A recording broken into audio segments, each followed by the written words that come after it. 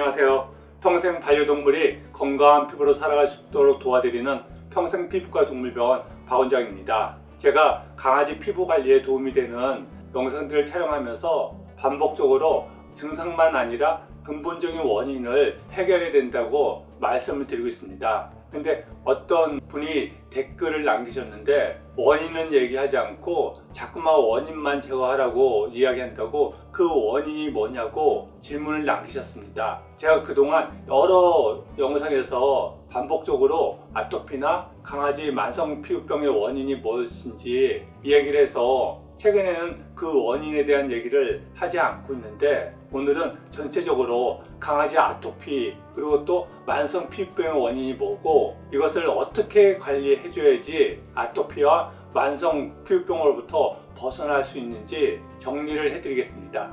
강아지 아토피, 자가 면역 질환, 원인과 탈출법. 제가 영상을 만들면서 계속 반복적으로 아토피의 원인이 무엇인지에 대해서 말씀을 드리고 있습니다. 제가 이렇게 원인에 대해서 이야기하는 것은 원인을 제대로 알아야지 문제를 제대로 해결할 수 있기 때문입니다. 지금 현대의학을 보면 현대의학은 아토피를 면역 과민 반응이라고 이야기하고 있습니다. 그리고 이러한 면역을 과잉시키는 것은 유전자 때문이고 근데 유전자를 어떻게 바꿀 수 없기 때문에 사람 병원도 그렇고 동물 병원도 아토피에 대해서 하고 있는 처치는 이러한 몸 안에서 염증 반응이 일어나는데 이 염증 반응을 스테로이드나 아니면 면역 억제제 이런 약으로 차단을 합니다. 그리고 동물병원에서는 아포케이나 사이토포인트 이런 약으로 염증을 유발하는 단계에 있는 인터루킨 30일이라는 것을 차단함으로써 가려운 증상을 가라앉게 해줍니다. 그럼 보호자분들은 스테로이드나 이런 아포케 이런 약을 먹고 가려움증이 가라앉기 때문에 아토피가 치료되어졌다고 생각합니다. 하지만 이 부분이 이해하기 좀 어려울 수도 있는데 이러한 치료는 아토피를 낫게 하는 게 아니라 일시적으로 억제만 하는 것입니다. 그래서 약 기운이 떨어지면 증상이 다시 재발하게 되고 또 이게 시간이 지나면 지날수록 약에 대한 내성이 생기면서 약도 효과가 없어지고 또 스테로이드 같은 경우는 굉장히 다양한 부작용을 야기시킵니다. 그리고 또 자가면역 질환이라는 것도 있는데 이 자가면역 질환은 굉장히 많습니다. 이렇게 다양한 자가면역 질환에 대해서 현대의학은 특발성 질환이라고 원인을 딱히 특정할 수 없는 그런 병이라고 합니다. 현대의학은 아토피나 자가면역 질환이 원인을 알 수 없거나 아니면 유전자 때문이라고 이야기하고 근본적으로 고칠 수 없고 증상을 억제하기 위해서 평생 약을 먹어야 된다고 그러는데 이거는 원인을 잘못 이해하고 있기 때문에 병을 고치지 못하는 것입니다. 역사적으로 보면 이 그래프에서 보는 것처럼 다양한 질병들이 1960년대 이후로 급격히 증가했습니다. 그래서 국가별로 아토피가 발생하는 시기를 보면 1960년대 이후부터 미국에서 시작해서 점점 세계적으로 번져나서 우리나라 같은 경우도 1980년대 이후에 아토피가 생겼습니다. 이거는 주변에 연세가 있으신 분들한테 여쭤보면 과거에 1960년대, 70년대 그때 주변에 아토피로 고생하는 사람이 전혀 없었습니다. 다시 말해서 아토피라는 것은 우리나라 같은 경우 1980년대 이후로 변화된 어떤 것이 원인이 됩니다. 그렇게 원인을 제대로 인식할 때 아토피 또한 해결할 수 있습니다. 그래서 1980년대 이후로 발생한 어떤 원인들 때문에 아토피나 자가면역 질환들이 생겨나기 시작했는데 그 원인을 해결하지 않고 증상만 약으로 억제하는 경우 처음에 강아지들이 약간씩 발을 핥거나 아니면 귀에 가려움증이 있는 그 정도의 증상이 있는데 그것을 약으로 계속 억제를 하다 보면 강아지의 증상이 이 사진에서 보는 것처럼 물론 이건 강아지마다 정도의 차이가 있습니다. 근데 시간이 지나면 이렇게 여기저기 털이 빠지고 피부가 코끼리 껍질처럼 태선화되고 또 여기 부분 보는 것처럼 피부가 검게 변화되어집니다. 또 귀도 처음에는 이렇게 빨갛다가 이게 점점 더 붓기 시작하면서 나중에는 이렇게 완전히 막혀버립니다. 그리고 또 이 귀 안을 보면 이런 식으로 종양성으로 변이가 일어납니다. 그리고 지방층염이라고, 이거는 내 몸의 면역세포가 지방층을 집중적으로 공격해서 사진에서 보는 것처럼 여기저기 피부에 구멍이 뻥뻥 뚫리는 이런 상태가 되는데, 이러한 상태에 대해서 현대의학은 근본적인 문제를 해결하지 못하기 때문에 면역제제와 같은 약으로 계속 억제할 뿐이고, 그래서 약을 먹을 때는 증상이 좀 가라앉지만 약을 끊으면 다시 반복되는 그런 상태가 되고, 그리고 이 자가면역 질환이 단지 피부만 공격하는 게 아니라 시간이 지나면 여기저기 손상을 일으키기 때문에 강아지 상태가 굉장히 안 좋아집니다. 그래서 지난주 같은 경우도 이 지방층염 때문에 예약을 하고 오겠다는 손님이 계셨는데, 강아지 상태가 너무나 안 좋아져서 병원에 올 수 없다고 예약을 취소한 사례가 있었습니다. 그와 같이 근본적인 문제를 해결하지 않고 증상만 억제하는 그런 대중요법 치료를 하다 보면 강아지 상태는 시간이 지날수록 더욱더 안 좋아집니다. 그렇기 때문에 근본적인 문제를 해결하려고 노력해 주셔야 합니다. 그런 차원에서 제가 지금까지 다양한 시각에서 아토피나 자가면역 질환의 원인에 대해서 소개하는 그런 영상을 촬영했었는데, 그 내용을 간략하게 소개해드리면, 기능의학에서는 알레르기나 자가면역, 그 외에 다양한 질병들이 염증, 열악한 식사, 독소, 그리고 영양결핍, 이런 것들이 원인이 되어서 발생한다고 얘기하고 있습니다. 그리고 지금 소개해드리는 이 내용에 대해서는 요 위에 링크를 달아 드릴 테니까 참고하시면 도움이 될 것입니다. 그리고 진화의학에서는 아토피의 원인을, 지금 현대의학은 이미그로민 E, 이게 아토피의 원인이라고 얘기하는데, 이미그로민 E 체계는 일상적인 세균이나 바이러스 독소로부터 직접 또는 간접적으로 우리를 보호해주는 체계라고, 긍정적인 체계로 이해를 하고 있습니다. 이러한 이미그로민 E 체계가 과도해지는 것은 최근 알러지가 급증한 원인 중에 하나는 진먼지 진드기 과잉 증식 환경을 만든 따뜻한 실내 환경과 커튼, 카펫, 이런 것 때문이라고 이야기하고 있고, 그리고 과도한 구충으로 인해서 이미그로민 E 체계가 맞서 싸울 표적이 자체를 감춘 바람에 결국 이미그로민 E가 무해한 항원까지 공격한다고 이야기하고 있습니다. 또 모유를 먹지 않고 우유를 먹이는 것, 가공식품의 범람, 이런 것들이 원인이 되어서 아토피를 유발한다고 이야기합니다. 그러면 이런 원인을 해결하는 쪽으로 관리해 주시면 실제로 많이 도움이 됩니다.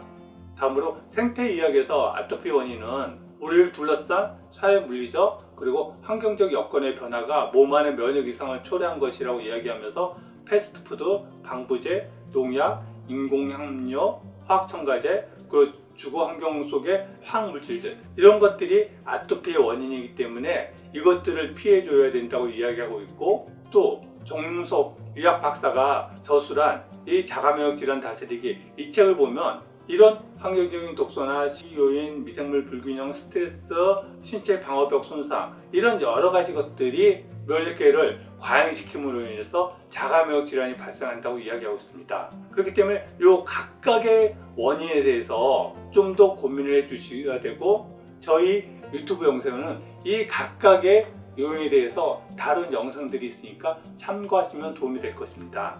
그래서 이러한 다양한 환경 독소에 지속적으로 노출됨으로 인해서 이게 몸에 누적되고, 그 결과 아토피를 유발하는 것입니다.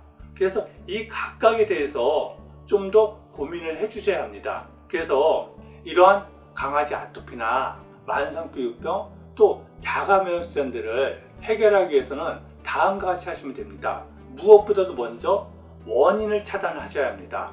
원인이 차단되지 않는 상태에서는 밑 빠진 독에 물 붓는 것처럼 끝이 없이 재발하게 됩니다. 그러니까 이런 시각들에서 이야기하고 있는 이런 원인들, 이것들을 최대한 배제를 해 주셔야 합니다. 그래서 저희 병원에서 강아지 아토피나 만성피부병, 또 만성기병, 자가면역 질환, 이런 것들에 대해서 상담을 할 때는 그 강아지에게 어떤 것들이 문제가 되고 있는지 상세히 상담을 해드리고 있습니다. 그 다음에는 앞에 그 원인들이 장기간에 걸쳐서 몸에 누적되게 되어 있는데, 그러한 체내에 누적된 독소를 배출해 주는 것이 도움이 됩니다. 그런 부분에서 저희 병원에서 가장 많이 권해드리는 게 요 히말리안 유황 소금에 강아지에게 도움이 되는 이 에센셜 오일을 브랜딩한 아로마 이벽을 가장 많이 권해드리고 있습니다.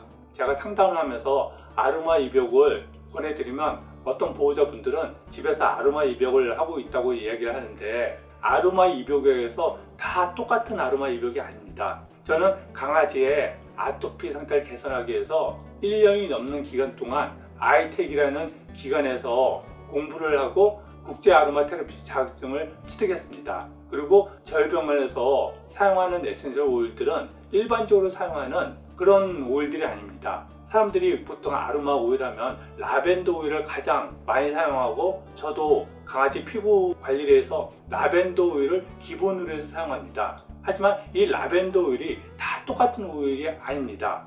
보시는 것처럼 인터넷에서 라벤더 오일을 검색하면 싼 거는 3,000원부터 8,000원 이런 오일들이 있습니다. 하지만 제가 사용하는 라벤더 오일은 이 노이먼트라는 독일 회사가 생산한 라벤더 오일을 사용하고 있는데, 이 오일 같은 경우는 가격이 10ml에 3만 원입니다. 이런 오일에 비해서 3배 이상 가격 차이가 납니다. 그리고 또 제가 강아지 피부에 염증이 심한 경우 이 압솔루트의 카모마일 전문 오일을 많이 사용합니다. 이 오일 같은 경우 가격이 보시면 10리터에 14만 원입니다.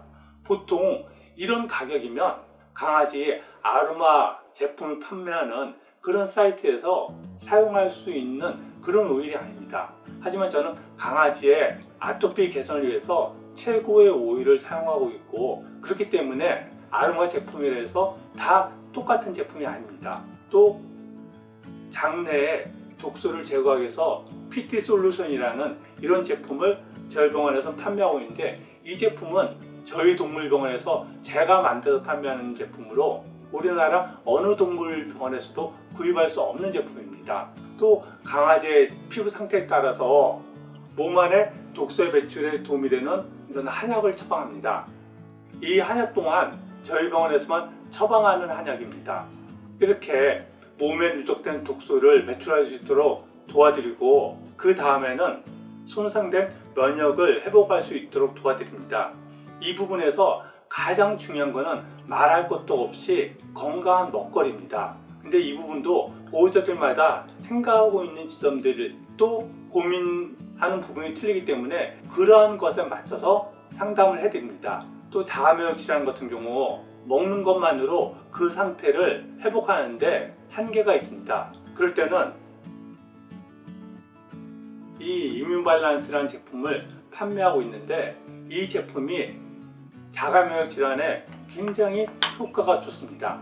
이렇게 근본적인 문제를 해결하고 몸의 독소의 배출을 도와주고, 또 몸의 면역력이 정상화될 수 있도록 도와서 자연 치유력이 회복될 수 있도록 도와드립니다. 그러면 이렇게 했을 때 강아지의 만성적인 피부병이나 아토피가 좋아지는지, 이 부분이 가장 궁금해 하실 텐데, 그 부분에 대해서 몇 개 사례를 소개해 드리면, 큐라네가 22년 10월 1일에 왔을 때 등에 보이는 것처럼 군데군데 탈모가 진행되고 있는 상태였습니다.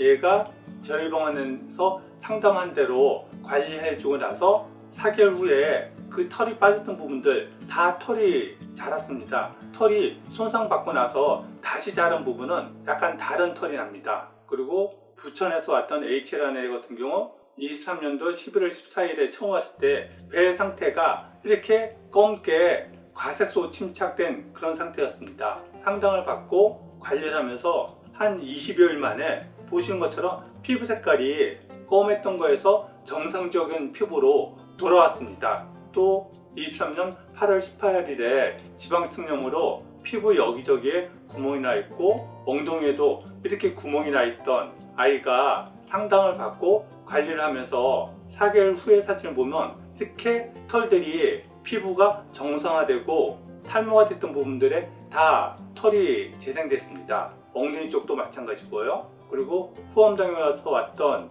에리라는 애 같은 경우 8월 9일 왔을 때 귀가 이렇게 빨갛게, 이건 오랫동안 이제 동네 병원에서 치료를 받으면서 잘 낫지 않고 점점 심해져서 왔던 사례인데, 그 다음에 2달 후에 문자 보내주신 거 보면 기는 좋아져서 가끔 세정하는 정도로 관리되어지고 있다고 합니다. 그리고 다음으로 대구에서 왔던 아이인데, 얘는 아토피 때문에 귀가 이렇게 부어있고 또 발가락 사이도 계속 핥아서 이렇게 뻘겋게 된 그런 상태였습니다. 얘에 대해서도 좀 전에 말씀드린 것처럼 그렇게 원인이 될 수 있는 것들 말씀드려서 그걸 피할 수 있도록 관리할 것, 그리고 먹는 것 바꾸고 또 디톡스를 위한 그런 여러 가지 상담을 하고 나서 집에서 관리하고 나서 9일 후에 메시지를 보내왔는데, 보시는 것처럼 아로마 입욕하고 그 다음에 전반적인 관리를 하면서 간지러운 것들 많이